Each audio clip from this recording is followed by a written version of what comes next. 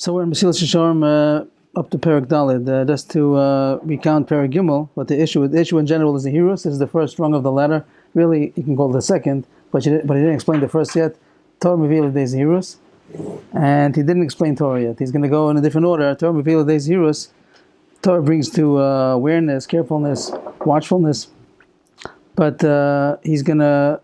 We'll see how, as we get there, how he's going to first speak about Zehirus, then he's going to say Torah is the way to get it, like in the Kinyanim.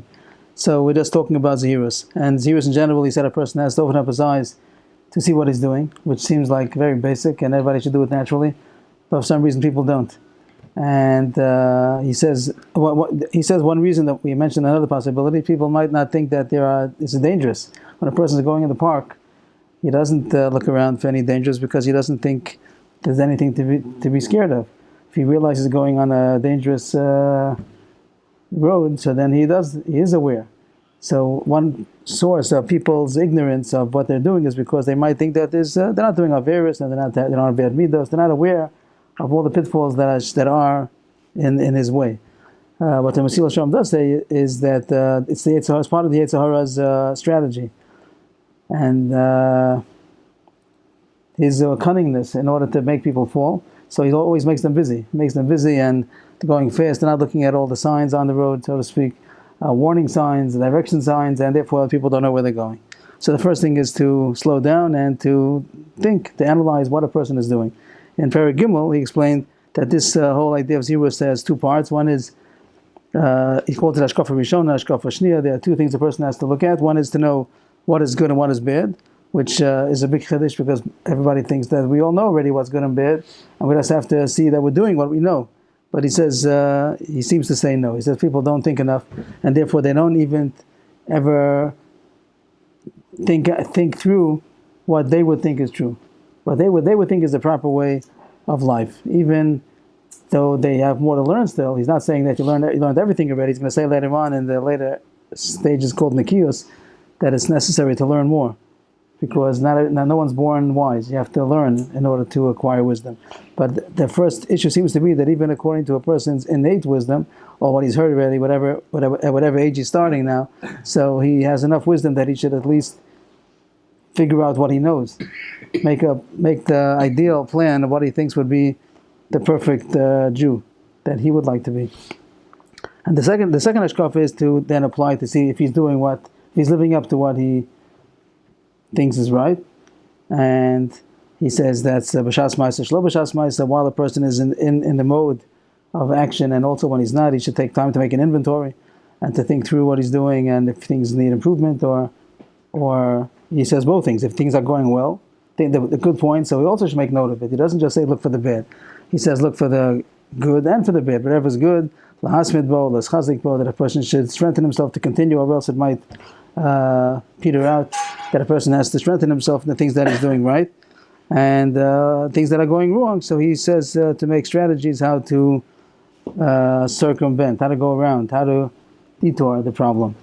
That was the general plan, the parts of Zehirus. He then said that he was medayik in Chazal that it says yifashvesh, yimashmesh, two terms about how a person has to investigate. One is called more general, right and wrong. Fishpush means to search, and then mishmush, he uses the words yimashmesh, means when a person feels out something in order to know its quality.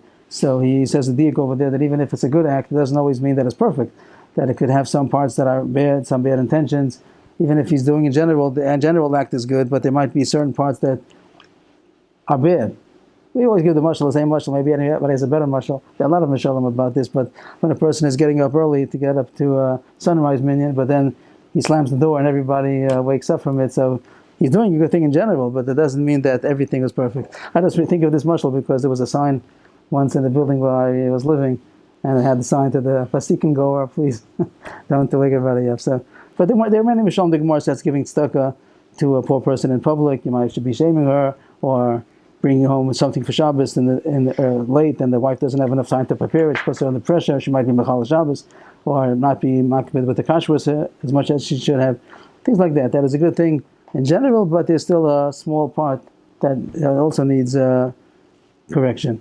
So that is the issue of pishpush and mishmush. Then he says that we're looking for any bad habit or bad character trait or any kind of avera. He suggests a person should always be weighing his ways, which we said the Chor means that he should always be figuring out what the right and what the wrong is, the same way that a person in business is always thinking, where's the business going? Where should he invest more? Where should he maybe sell? Where should he buy? Advertise?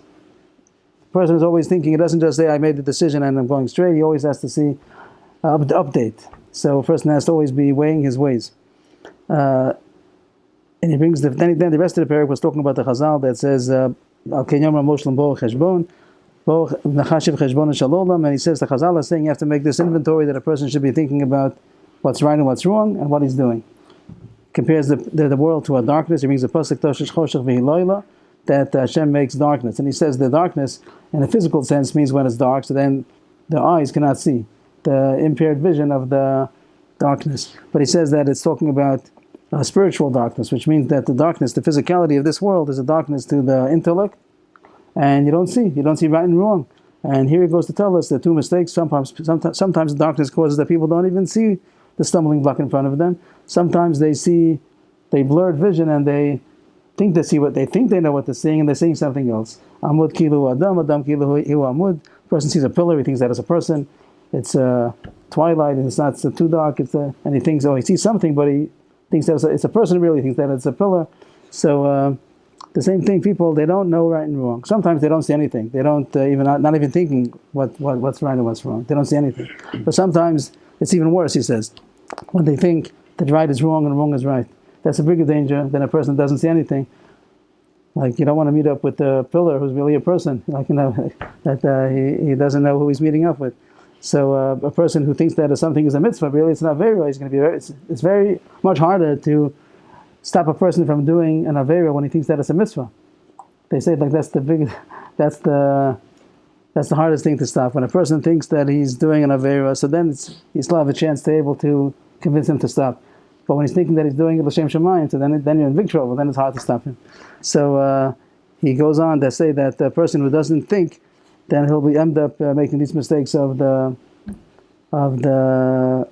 right and wrong. His rights and wrongs are all mixed up. So a person has to stop and analyze, what does Hashem want?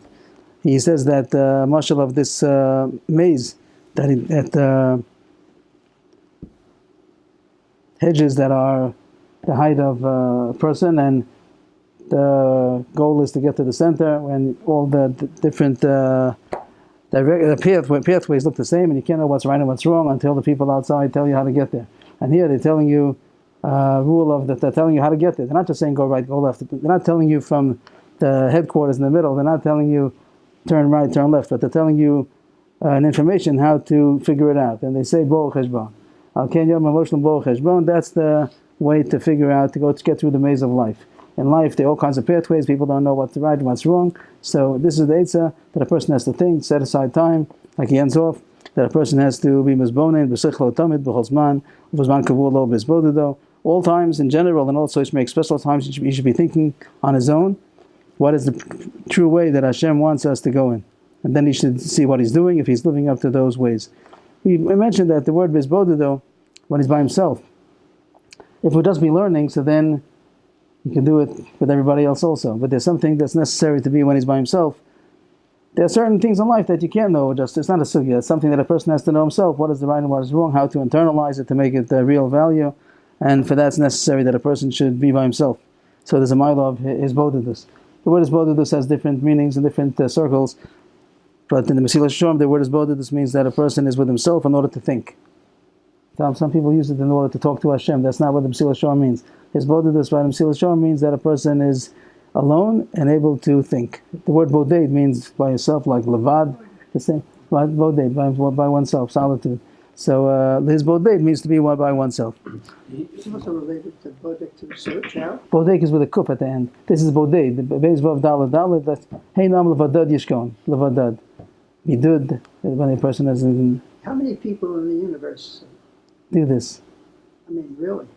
I mean, even people, everyone who goes to the yeshivas, this we're talking about a very few, maybe the Hasidic rebbes, the He's suggesting this is how much like level 1. This is the Shlav Aleph. This is like, this is really like the, it's right, it's not a high level. I know, but I'm thinking, Right, who would do it? Who We sits can't around? know because they're all by Who sits themselves. Maybe since by themselves, we don't know who's doing it.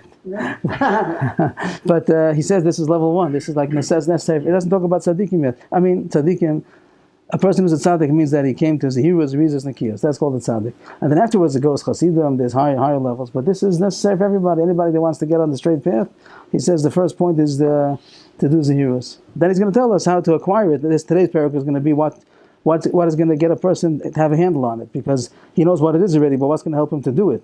That's going to be today's parak. A lot of when you're thinking for yourself, you don't necessarily have all the answers. So you can ask questions, and it isn't saying.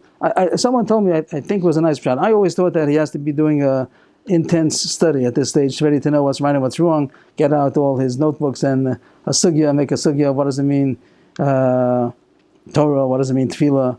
What does it mean, chesed? What does it mean, kibbut av v'aim? What does it mean, shchenim? How to be a neighbor? How to take care of one's body, his physically, as to how he's supposed to be, let's say, nutrition, exercise, whatever he's supposed to do, taking for it, and his financial affairs, and it goes on and on. Let's Shabbos, how does Shabbos look? Does Shabbos look the way that it's supposed to? So, someone pointed out that the term that I thought that it means a person's supposed to be studying very much, he uses that in the kiyos. Later on, in the third level, the kiyos. Over there he says a person is not born wise, and he has to study. But he doesn't say that in Zehiros. So the suggestion was that at this level of Zehiros, a person first should just study what he thinks.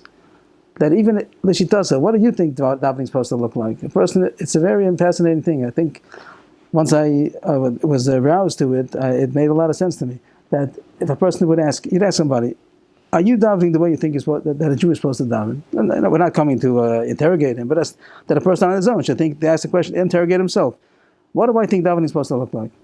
And he should go through the list of how he would like to propose that davening should look like. It's very interesting how Messilas Yesharim doesn't tell you that introspection means I should inspect what I'm doing if it's right, because you're already looking at yourself.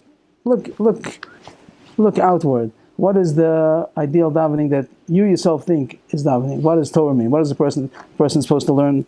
Tanakh, Torah, and Nevi'im, Ksuvim. He's supposed to review. Is he supposed to learn Mishnayos? Is he supposed to learn Gemara? Is he supposed to learn Halacha? How much?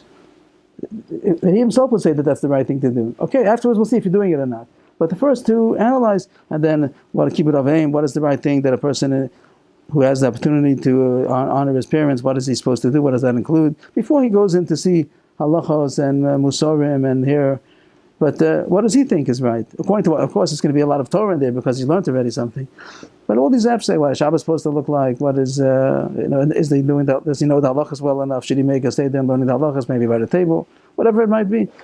I thought that was very smart. That in the first stage, the Messilas Yesharim might be asking the person alone, on his own, to figure out what he thinks according to Chok Torah. What is the path that a person is supposed to go in? Not all of it is going to be found in Shulchan Aruch either. A lot of these issues, you can find two people that are both observant and they live very different lives. There's other things in life besides Shulchan Aruch. Shulchan Aruch is like the basis, but there's a lot of the ways that the paths of life are very different, and a person has to figure out what is the right path. So he wants us to do that on this level. He's saying people don't do it. Could be right, yeah, but he's saying that this is the first step, and he's talking to everybody. He's not talking to somebody who's a great pious man. This is necessary for everybody. So now in the next parak, it's still Zehirus, and he's going to tell us now how to acquire it. So he does a big favor for us, the Messilas Yesharim. He doesn't always tell you this is what has to be done, but he also tells you how to get a handle on it. Because even though we know that it's a good thing, but still we have to internalize it in a way that's going to help us do it.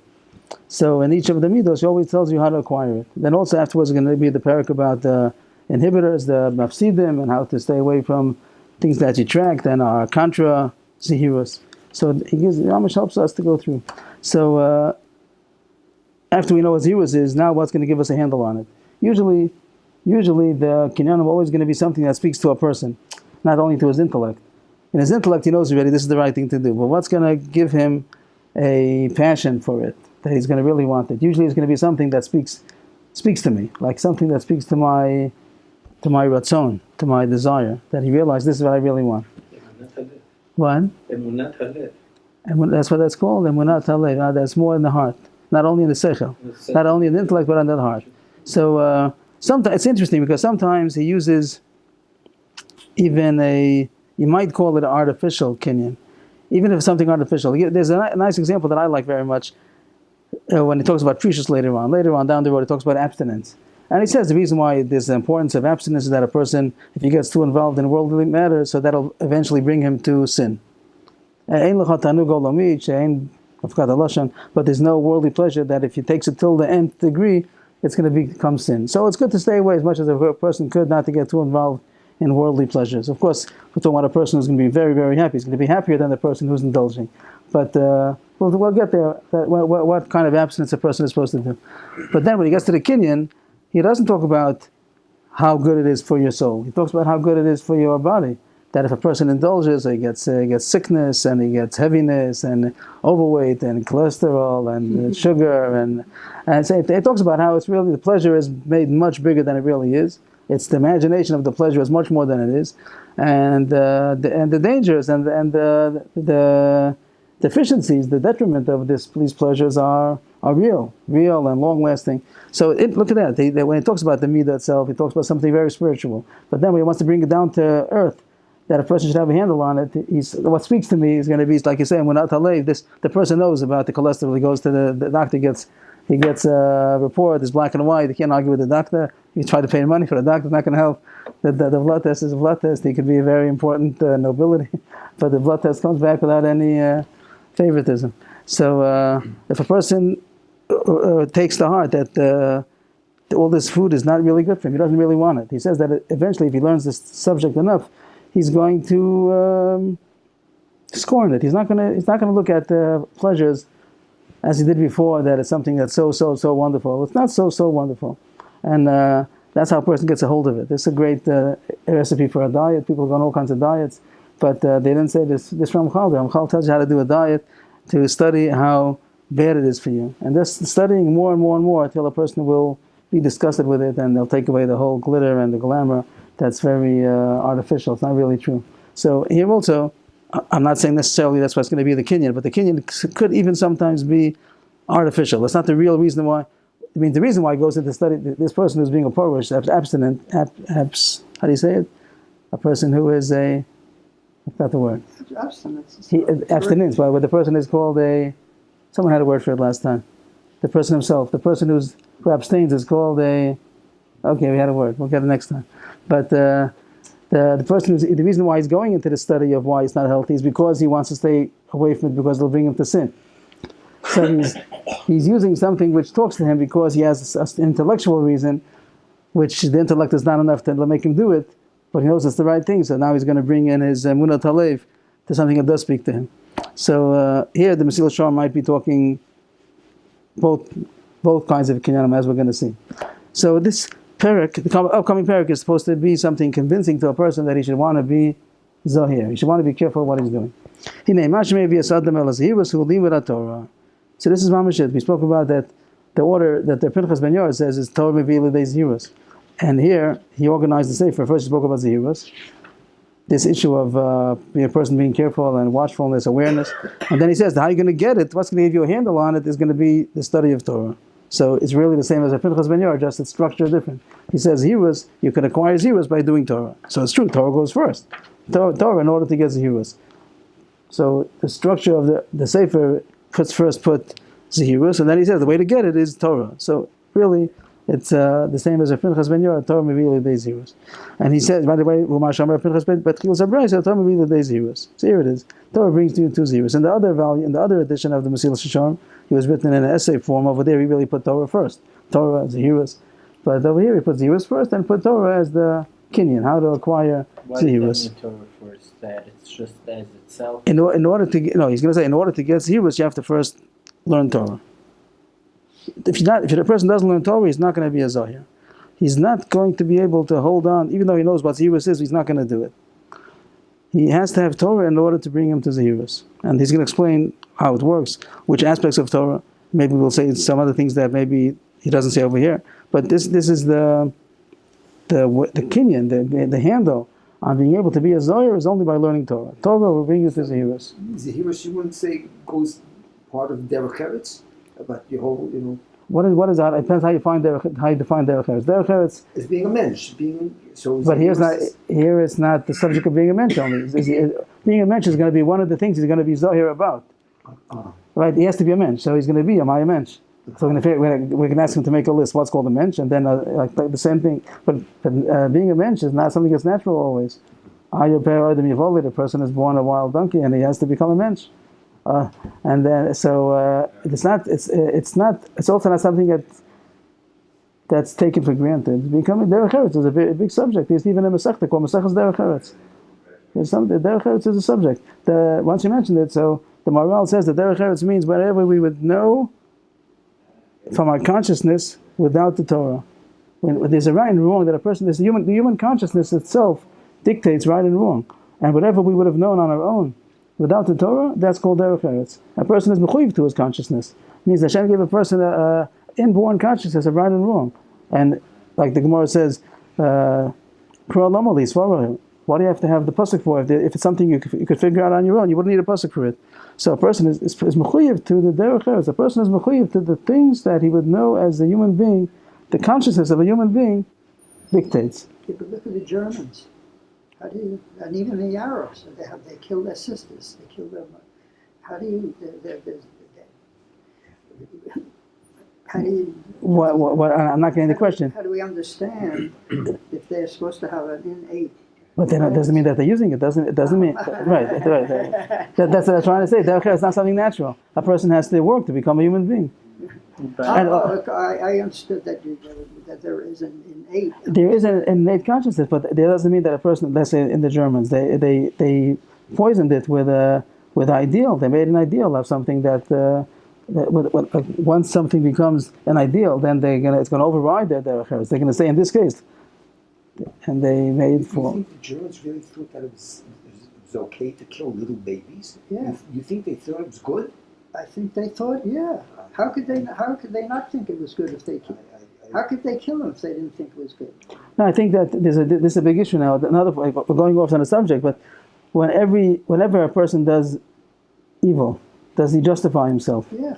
Is that always? I think you're talking mitzad your being that you only would be able to do something by justifying it. But I think there are many people that they don't say that we're the white flag, we're the black flag, but the black flag has to win. If that's you're looking at it that any person that's going to do something evil he only can do it if he justifies himself. If he doesn't, then why wouldn't he steal from his German neighbor? If he's not stealing from his German neighbor, and he's so have a reason why not. He obviously, if he's a criminal who's just killing anyone, stealing from anyone, if he's like someone from a gang, so then he doesn't justify himself. But if it's a institution which says people can steal from the neighbors, you have to pay taxes, and you have to go to school, you have to study, and just this group we could wipe out because we believe they shouldn't exist. So obviously they're setting themselves up in a corrupt way that it's justified. Right, but that justification you have to still now have to go into their ideology. Why did you decide that this group of people should be killed? So they have to their justification. So I don't know, but I just heard that in Mein Kampf he talks about that the Jews are the consciousness of humanity. Is that how he's quoted? I didn't read it, but I heard that's what he said. So that means that he's saying that they want to get rid of the consciousness of humanity. So that's how they said that's the reason why we have to obliterate Jews. Does that mean that he says that we're the good guys, or he's saying that the consciousness is bothering us and we want to get rid of them? If that's true, it's saying that they're the Aryan race and so that's the reason why they kill everybody. How could they have thought that they are? That all his followers went on that ideological path. I think they're about to, start. So what did they think? What made them? And not follow necessarily my side has to win. It's a certain like an evilness. So that evil, was that justified that it's good, or we're the evil guys and we're going to win? I had some examples that there was somebody who went on a shooting spree, and I forgot where it's from. In America, he had very good strategies, and they weren't able to catch him. It was like a mystery for a long time. If anybody remembers, it was a couple of years ago. Yeah. And then they found him. He was in the trunk of a car or something, and he was shooting freely. And the comes out that he made a bet with his friend how many people he can kill before getting caught. Such a person like that, do you think he justified himself? Did he have any justification that he's doing good? He didn't think, or he thought, am I doing good? He doesn't. Does he not know that? Right. So does that mean that? That's trying to bring out the point. Does it mean every person who does evil always justifies himself that he's really good? Sometimes there is. Sometimes definitely is justification. If he sits down and he decides. It doesn't take such a big. It doesn't make such a big thought that he's killing people. He knows that he's destroying families and everyone's. A whole party that on ideology that. No, I'm just giving an example. This is an example. Just on an individual basis. And then by the party, it's going to be something else. I think over there, their point was to get rid of the human consciousness. If that's what they said, you could study every in all of the international machlokes today. Machlokos in different nations. Is every nation saying that we're the good guy and the other one is the bad one? Is that like that? Is each one thinks I'm the good one? I'm really the good one. Yeah. You can say all kinds of names nowadays. I think so. Each one thinks that he's the good. He's good. Yeah, I mean, the Iranians, they're doing it for Allah, or they're doing it, this is our religion. I mean, it's a political system. In Syria, how would you, how does he bomb his own people? So how does he justify himself? He's the good guy? They're terrorists. Yes, that doesn't mean that doesn't mean good. Doesn't mean that he's good. That they're terrorists. And he's there for the benefit of the people. He's here for the benefit of the people when That's what he claims. It doesn't say terrorist. he's gassing his own people. I think without the Torah, the question is the derech. You could go. It's my country. You could make such mistake. You gotta Even take it with away the Torah, from you. we have so many people who make such. To just say that there's a derech, that there's a consciousness. That how do you? The Russians support it. What's the structure to it? How do you know what's going on? You see all these people consciously decided this is good and but the consciousness means that if they're trying to find out what Hashem wants, that would be. It has to be enough, not to just sitting down to make a decision, but are they trying to really figure out what Hashem wants? Here, the lashon that he says here, what is the true path that Hashem wants? So he's thinking we start the human conscious. So what is good? Is it good? Is it good and bad within a consciousness that this is the right? So I think that a person, if he thinks deeply, sometimes he's going to be able to figure it out. And early in the parak, he said that if a person does what he could, then Hashem is going to help him. Maybe you have to come on to that answer also. That if a person does his best, the end of parak base, he says that this Yetzirah is very strong, and he tries to but if a person does what he could, Hashem is going to help him. So maybe you have to have that ingredient also. But in general, I would think that many people and many institutions and many governments, they're not trying to justify themselves that this is the right and good and we're standing. This is what God is going to be very happy with us. I don't know. I'm questioning. I'm not saying any fact that. The difference if you're a Jew and you put the Torah or you're not. Yeah, but here it's not that. That would be the whole issue. It's not an issue. Right, but now the subject. Right, if someone's going without God at all, then it's not. But here we're talking about the people that if there's such thing as derech eretz, that means that a person on mitzad that is a human being, he has a certain consciousness. Of course, he has to know. If he doesn't know God, the derech eretz doesn't fit in. Is there no derech eretz mitzad? If there be no Torah, there wouldn't be a human consciousness of right and wrong. But how would you balance? Sheva mitzvot b'nei noach. That's the only thing. Only those are human consciousness. But even those, to set up the court system, how do you know what's justified? No, we say derech eretz comes with Torah. That if you're going to learn Torah and you don't have any derech eretz, the Torah is going to get you worse. It's not going to get you better. Yeah, but if you don't learn the Torah altogether, you're not obliged. But derech eretz means certain things you have to get straight before you can start learning Torah, or else the Torah is not going to help. Could be the Sheva mitzvot b'nei noach. I don't know. It might include more. I mean, there, if it's true that this Agdara, this definition that derech eretz means what a person would be able to figure out on his human consciousness alone. I think it might include more than just the Sheva mitzvahs b'nei noach. How a person is supposed to act to other people, neighbors, or all kinds of yosher. The issue of yosher, so straight uprightness. What? You've got avot melacha and Sheva mitzvot b'nei noach. I don't know. I'm sorry? You've got all kinds of avot melacha. Avot and toladot, things that are. So, but it could be also the Sheva mitzvahs also could be things that are something that the human consciousness would say. Maybe. If you think of the history of the Jews, say in Europe, they went through an inquisition. They burned them alive. The church burned them alive, put them on a stake, and roasted them. Germany was torturous to Jews. France, the Middle Ages was, Cossacks, the whole thing. Those people, maybe this only applies to Jews. But when they do it with maybe when they do it with with ideology, maybe the ideology is going to override the consciousness. If they're going to do it, if they're doing it mitzad the ideology, does that make sense? Does that make sense? That there is going to be, let's say, the example of Amalek. When we're going to be told to destroy Amalek, so we're going to do it with all the gusto of destroying Amalek, because Hashem tells us this is evil. Eradicate the evil. If they came from the basis of saying that this is evil, that's why they're killing them. So then we understand that it overrides. We know that you don't kill people, but when there's evil that has to be killed out, so then they would do it. So they killed the Jews because they're evil. If that would be the case, so it does mention that you have to study their society to know if that's what they thought, or The whole millennium, 1,000 years of destruction of the people. It's very complicated. How do we I'm saying if it's based on their ideology and they came out that this is evil, so the mistake, the criticism of them is going to be how they came to where did they come to that maskana from? From where do they get that the Jews are evil, and where did their religion stem from, and where do they say that Hashem changed his mind and he threw away the Jews, and when Hashem says openly that he's not going to? In Parashat B'chukosai, I don't know how the Christians learn Parashat B'chukosai. God says he's never going to change his mind. different God. What? They have a different. No, they're talking about the same God. So I didn't look into it, but the Pasuk says openly that Hashem says He's not going to destroy them, even if they're going to nullify the covenant. I'm not going to nullify the covenant. So it's open Sukkim and the whole Tanakh. Anything that the Christians bring from any kind of source of from the Tanakh, the writings. If you look at the Sukkim inside, you see that it's misconstrued. Yes. Following the discussion a little bit, if there were no Torah, why would a person be kind to somebody else? They'd be taken advantage of, their property would be stolen. In other words, people have to be tough and protect themselves.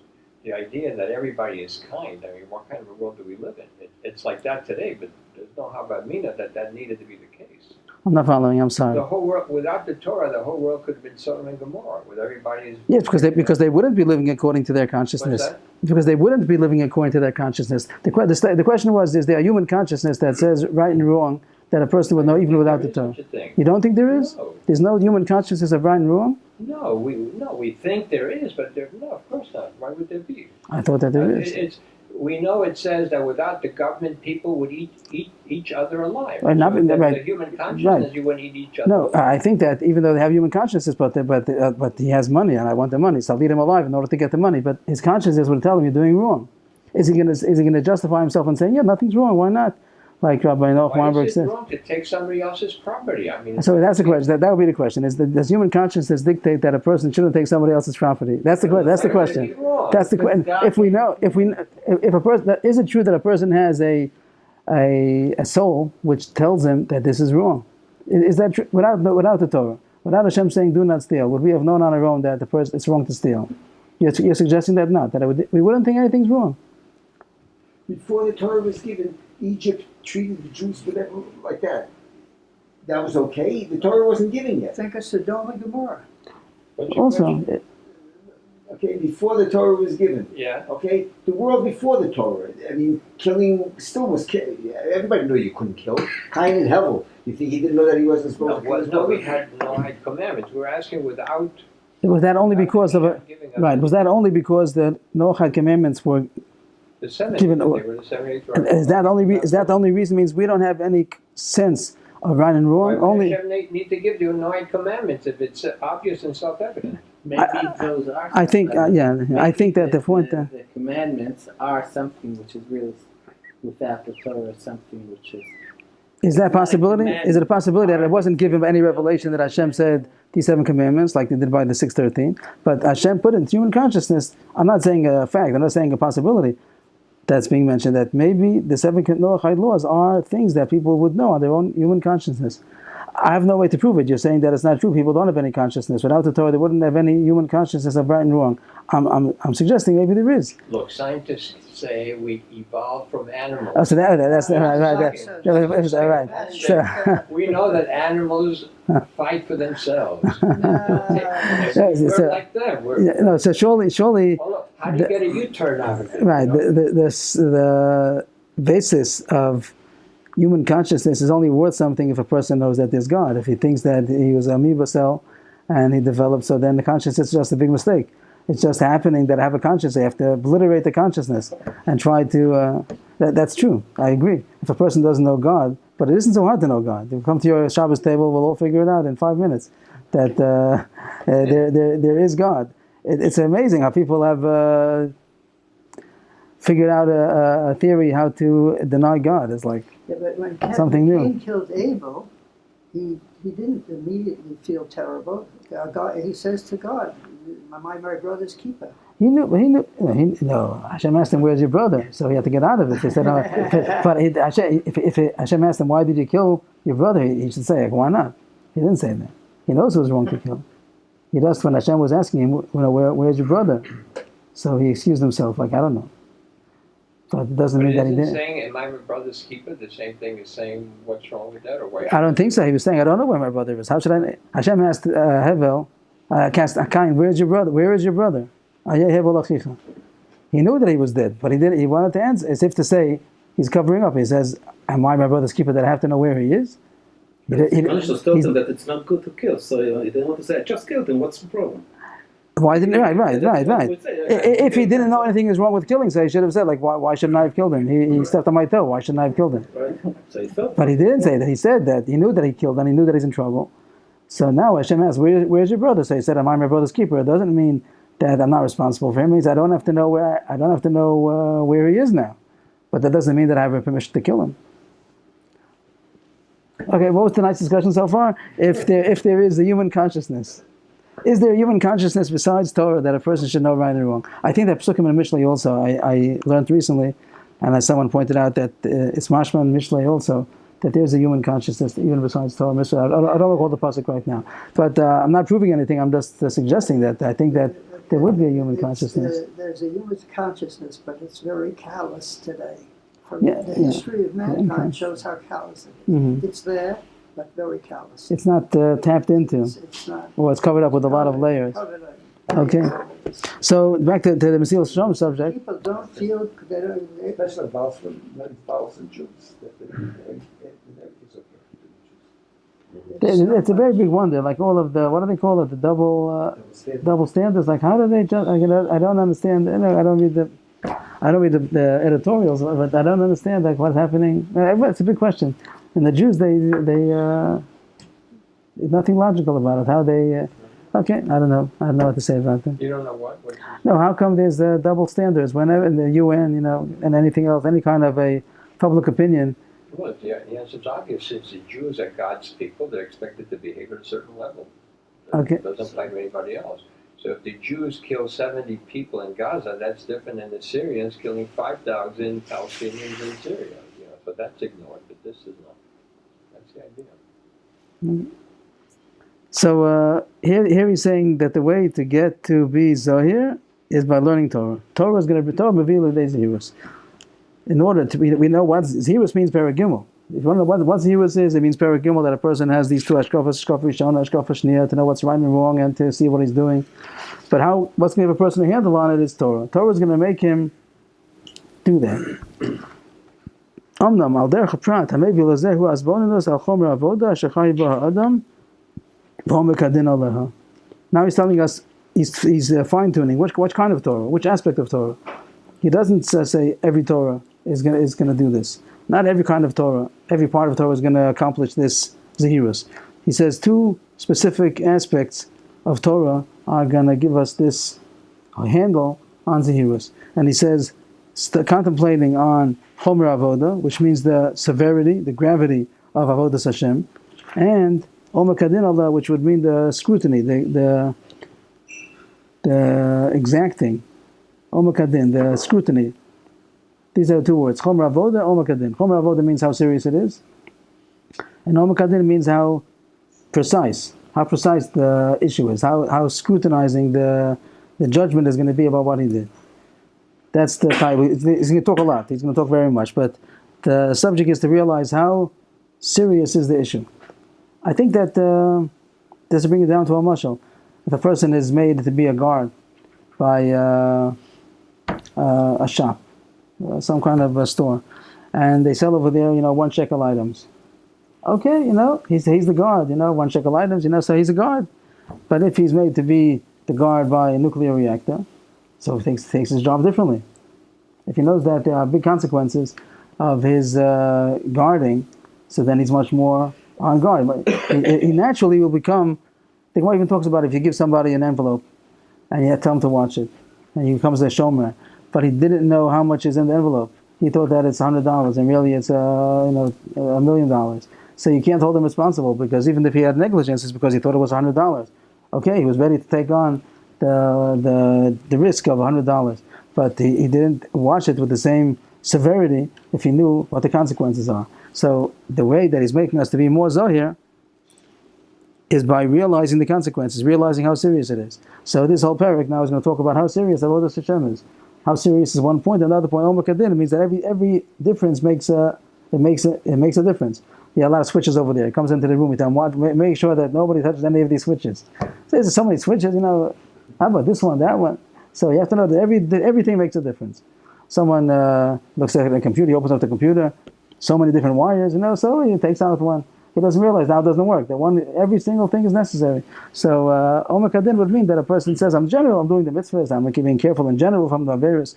But he says, no, you have to know that there's exact scrutiny about each thing. You have to do the mitzvah exact and make sure you don't do avera in all of its particulars, ramifications. So which part of Torah is going to teach you this? Yetzei lo zeh min ha'iyun ba'masim aksubim b'sifrei HaKodesh u'min halimud b'mamorei Chazal ha'ma'orim al zeh. You could extract this Chomer Havod of Omer Kadin from the stories that are written in the Sifrei HaKodesh, which means in the Tanakh, to study the stories of Tanakh that will bring out this severity and the Omer Kadin, the scrutiny, and also learning Hamamori Chazal, which aroused this issue of Chomer Avod Omer Kadin. So he's telling us to look in the Tanakh and in the Chazal, specifically in the Chelek Agadah. There's halachas and there's also Agadata. But both are skipped in the yeshivas. In the yeshivas, they don't learn either. Mm-hmm. So how are they going to become Zahirim? I don't know. Did you This say parak there's is also skipped in Yeah. This In the morning Seder, when they learn B'iyah, so if it's like in the beginning of Ksubis or whatever, where it's, let's say, from the Sheva Brachas, all the stories, so they just skip the pages and go to the next line. So he says that all the Yerushalayim, these issues, they all come from the Haggadah.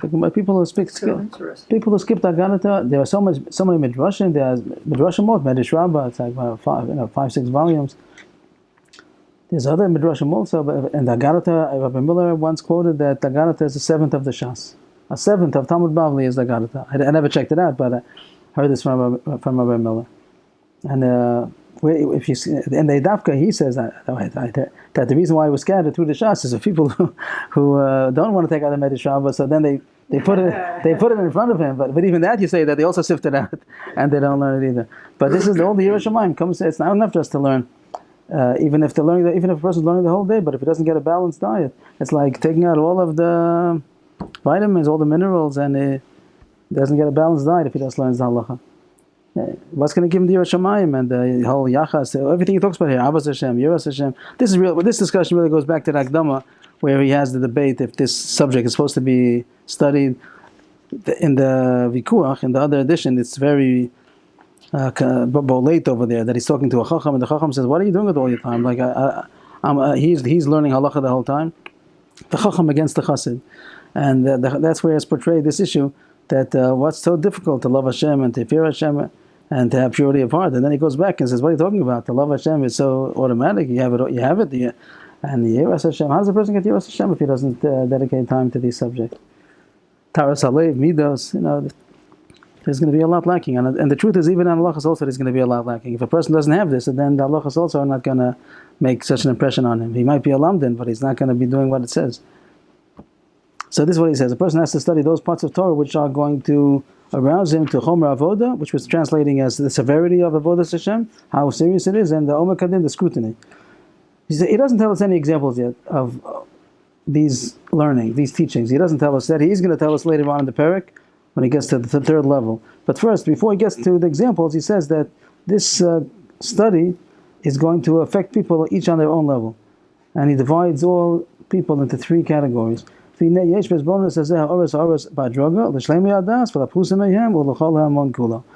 study will affect people, impress people on different levels, each one according to his own level, and he divides them into shleimei adas, people that are, you'd call them intellectual, they have a big das, they have a strong das, you call them intellectual level, and then those that are lower, a bit lower, it seems that they're a bit lower, we'll get to that eventually, why it's a bit lower, and cholam and kula means the multitudes in general, the general masses.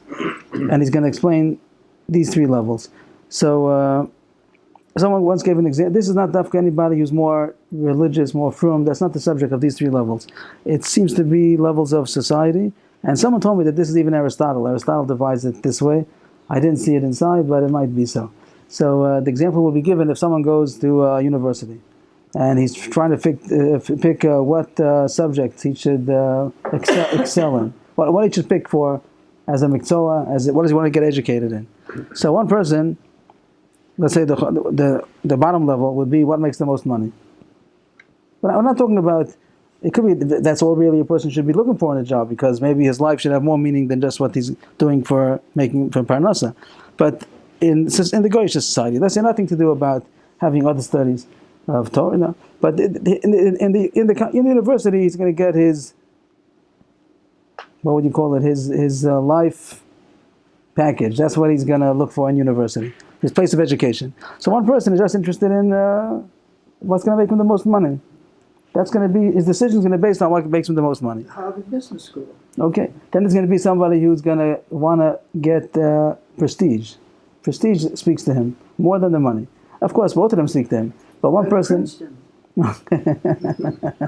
And then there's a higher level of the thing which is most meaningful to him.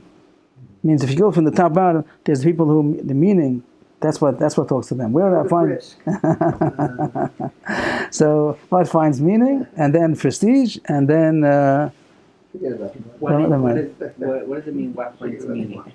He finds this is what he finds meaning in. This is it could be the same. It might be the same. One person will be a doctor because it makes money. One person will be a doctor because it gives him prestige. One person will be a doctor because this is going to be meaningful to him. He's going to be able to heal people, and he finds meaning in that. The intellectual society is supposed to be somebody who they do things for the shleimus of the thing, for that he's finding the essence of what a human being of his essence. It doesn't have to be dafka. Meaning he finds meaning to him living that he's a doctor. Right. And if he's not a doctor, he doesn't feel that he used his potential. He didn't make the most of himself. Meaning his purpose. Yes. So that's a high level. Those are the three levels that society is divided into. He called them shleimei adas. We could call them like the intellectual society, and those who are looking for prestige, which also has to be defined. But for now, just say the word is prestige, and then those are looking for whatever gives them profit. So he's going to call. So now he's going to divide it now into our subject of this is going to make a person be zahir. The issue of zirus again is to be conscious of himself. If I'm doing what is going to get me closer to Hashem. So the shleimei adas, they want true meaning, and once they get, that's what drives them. That's their drive. Everybody has all three of them. Everybody has a little of each. Everybody wants some meaning. Everybody wants some prestige. Everybody wants some money. But what is a person's drive? What's like going down to the core? That this is what drives him. So some people, their main drive is to find meaning. Some people, their main drive is to prestige, and some people, their main drive is for benefit, worldly benefit. We'll call it, instead of money, we'll call it just worldly benefits. So he's going to talk now. He's going to translate this into the people who are approaching the subject of Zehirus, and he's going to hook it on, connect it that if you really want whatever you're looking for, if you want meaning, so that you have to be a Zohir for that. If you want prestige, you have to be a Zohir. If you want worldly benefits, you have to be a Zohir. We're trying to connect it to his drive. He has a motor inside of him. That's what makes him move. So we want to get, even though intellectually everybody understands what he explained already, that it's necessary to get Vekus B'Hashem, and their way to get is by doing Zehiros, but it's not enough to get him always conscious. We don't get a constant consciousness. So for that, we have to connect this Zehiros to his motor, which makes him drive. And each person on his own level has to realize what he is, and realize that Zehiros is necessary to get him to where he wants to get. But people could have the same thing, but not so well defined with one of these categories. So someone once told me that for a long time he was working on it, and he thought that he was Shleimei Hadas. He thought that he's the top category, and it wasn't working. And after a while, he decided, I'm not. That's not my main drive. My main drive is, let's say, Schar V'Onish, whatever it might be, level 2, level 3. If a person's not honest with himself, so he's going to connect this to the wrong motor. He doesn't know. He doesn't know. So a person might have to do some self-introspection to figure out what really drives him. And it's not smart to fool himself, because it's not going to work. If that's not, a person thinks that he's on a high level and he wants meaning, and then he realizes he's not being a Zohir, because it doesn't really speak to him so much. Intellectually, he knows that it's very important, but it's not really him. So then he should realize what level he's on. Maybe he wants the Schar V'Onish, or the issue was the issue of having a good life, worldly, in this world, or prestige, whatever. We'll see. We'll go on to say what prestige is. And once he realizes what he really is, then that's going to be connected to his true drive. So, not enough time to continue into the next subject. He's going to first explain Shleimei Hadas, then Pchusim, and then Kol Hamon Kulo, and say that each one, if he realizes that in order to get his goal, he has to become Zohir. He has to realize that the way to get it is only by becoming aware. And it's like the same case that we said before. A person's going on a road. If he knows that it's a dangerous road, and he knows his life. He wants his life. He knows that his life is very precious. He knows that these cars could take away his life. So he's going to automatically become conscious going down the road. He's always going to be conscious of the cars coming. He's not going to drift off into the middle of the highway, because he has this inner consciousness of what he wants, and he knows that is dangerous. So here we're trying to connect that a person, what you really want, you have to be conscious. So he's going to have this automatic consciousness, and he'll start doing this B'Shas Ma'aser, Shlo B'Shas Ma'aser, whatever was called for in Perek Gimel.